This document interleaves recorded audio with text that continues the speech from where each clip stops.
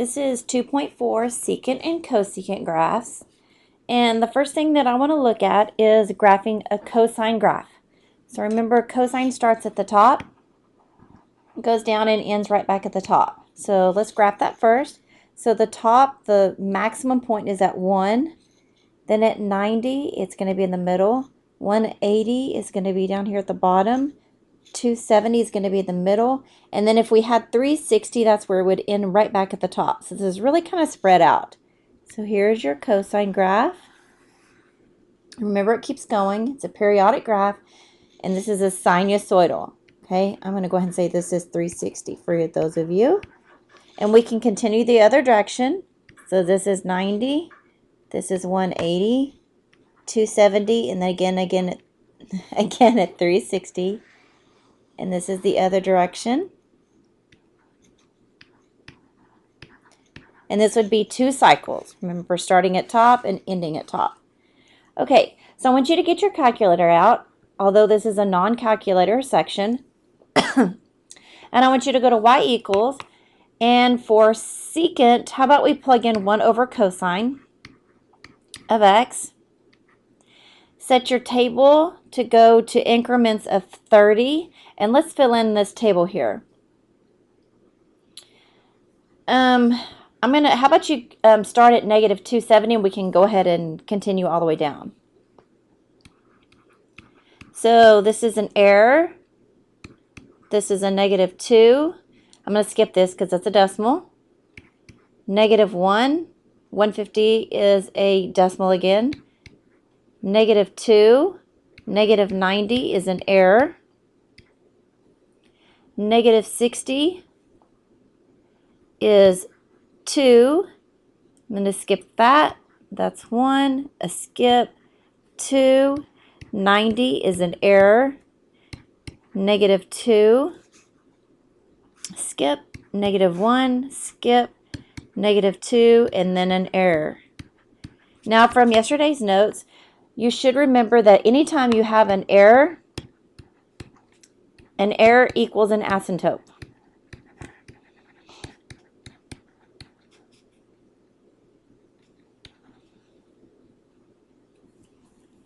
Okay, so I'm going to change colors, and now we're going to graph secant on our graph over here. So at negative 270, at negative 90, at 90, and 270, we should have an asymptote. And if you notice, that's every time that your graph touches at your x-axis. Okay, so at negative 270, I'm going to make an asymptote. At negative 90, at 90, and at 270. Again, every time you have a 0 on your cosine, you're going to have an asymptote.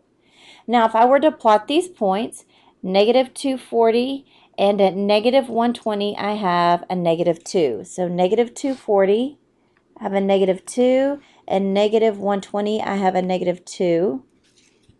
Negative 180 is a negative 1. Okay, I'm going to jump over here and show this section because it kind of looks like this one. So at positive 180, I have a negative 1. Then at 240 and 120, just like this one, a mirror image, I have a negative 2. So if I were to plot those and follow my asymptotes, I have, it looks like a parabola. Okay, let's look and see what happens up here. So at 0, I have 1. At negative 60 and 60, I have 2. So I have another parabola up here. Okay, if you have plotted a full 2 cycles, and it looks like we're missing some over here, but if you've plotted 2 full cycles, then you will have 2 full cycles of cosecant. So my secant, sorry. So I have graphed secant in red. So it's just my U's. There's a U or there's a hill right there. And that's all it is. So if I graph cosine, then secant is going to be my hills on the other side. Okay, let's look and see what we have down here. It says, what do you notice about the middle points of cosine on the graph? Well, that passes through your x-axis. And what points are these on the secant? And of course, we just said these are the asymptotes.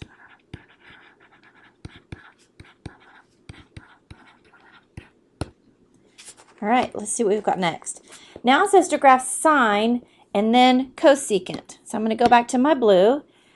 So sine, remember, starts in the middle and then it increases. So it goes to the middle, increases, and ends back in the middle. So middle at 90 is going to be at 1. 180 is going to be back at the middle. 270 is going to be back down here at the bottom. Then if I had 360, that would end at the middle. So I'm going to say this is 360. So here is my sine function. Continues. And going back the other direction is going to go down first. Negative 90. Here's 180. Here's 270. Negative 270. And then here is 360. To continue 2 cycles. Okay, just like we did on the secant, my cosecant, anytime you have it intersecting my x-axis, I'm going to make an asymptote. Here's an asymptote. Here's another one. If I had 360, I could draw another one here and at negative 360.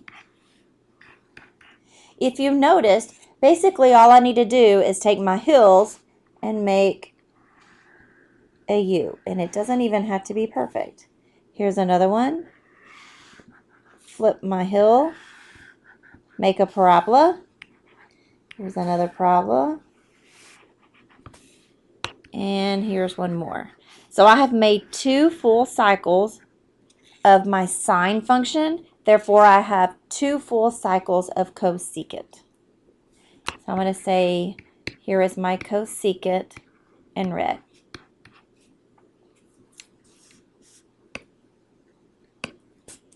Oops.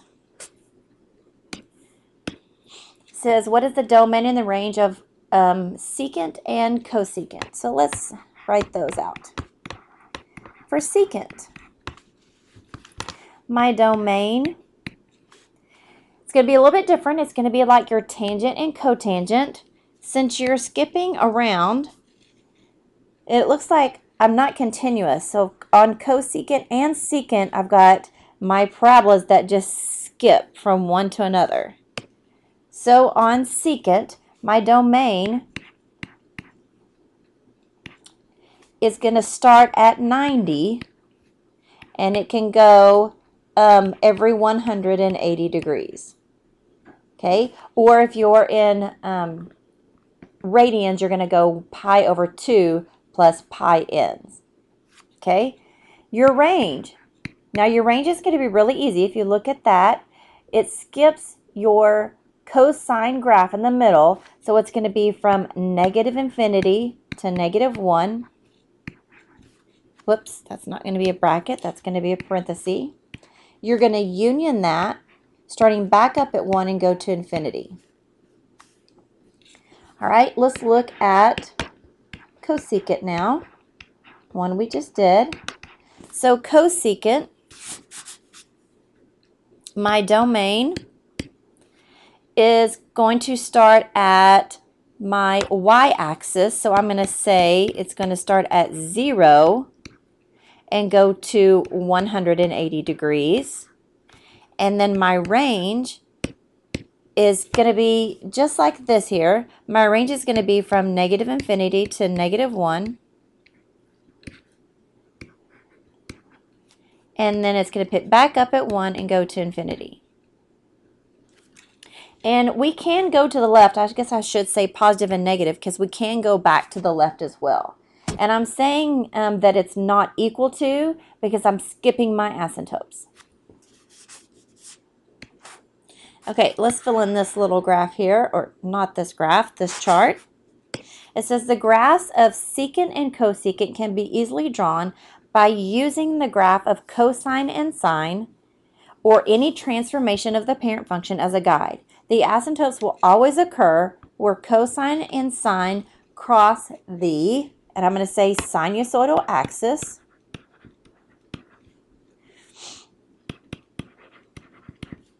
because that could be the x-axis or it could not be, because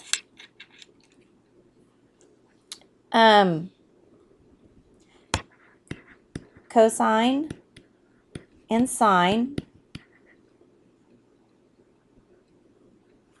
this is where cosine and sine equal 0. Let's say and secant and cosecant are undefined.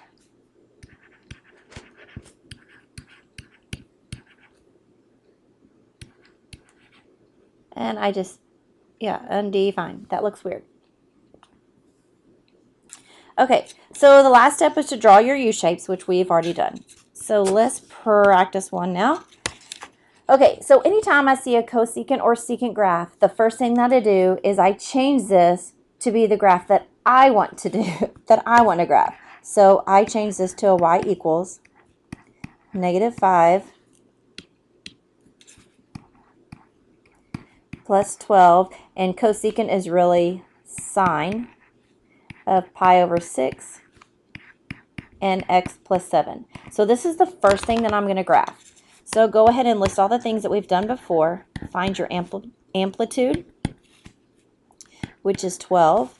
And this is going to be a shift down of 5. And this is going to be left 7. And we know sine starts in the middle, goes up, and then goes back to the middle. Go ahead and find your period. The period is going to be, since we are in radians, because this is an x value right here, this is going to be 2 pi. Now we're back to sine and cosine, so remember it's 2 pi divided by pi over 6. So that's going to give you 12. And then your critical points are going to be 12 divided by 4, which is 3. All right, so let's set up a graph now.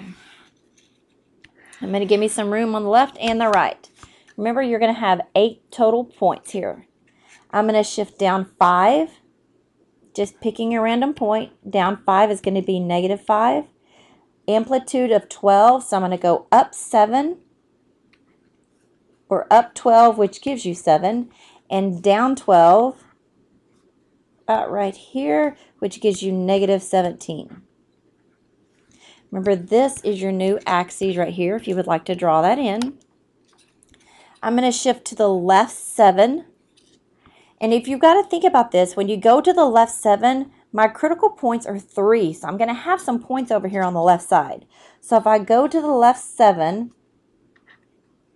that's -7, and I add 3, then this is going to be -4. I add 3 more, this is -1. I add 3 more, and this is 2. So this is my new axis over here as well. Keep going, so this is 1, 2, 3. My next point is going to be 5. Then I've got 8, because I'm adding 3 each time.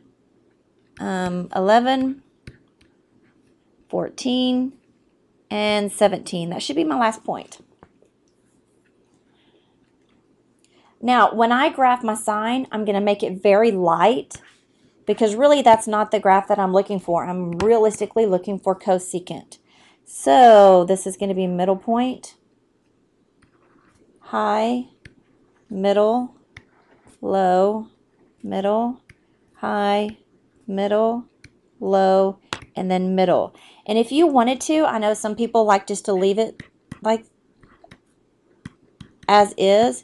You can dot it just to kind of give you an idea of what the graph looks like. This is your sine function. This is 2 whole cycles.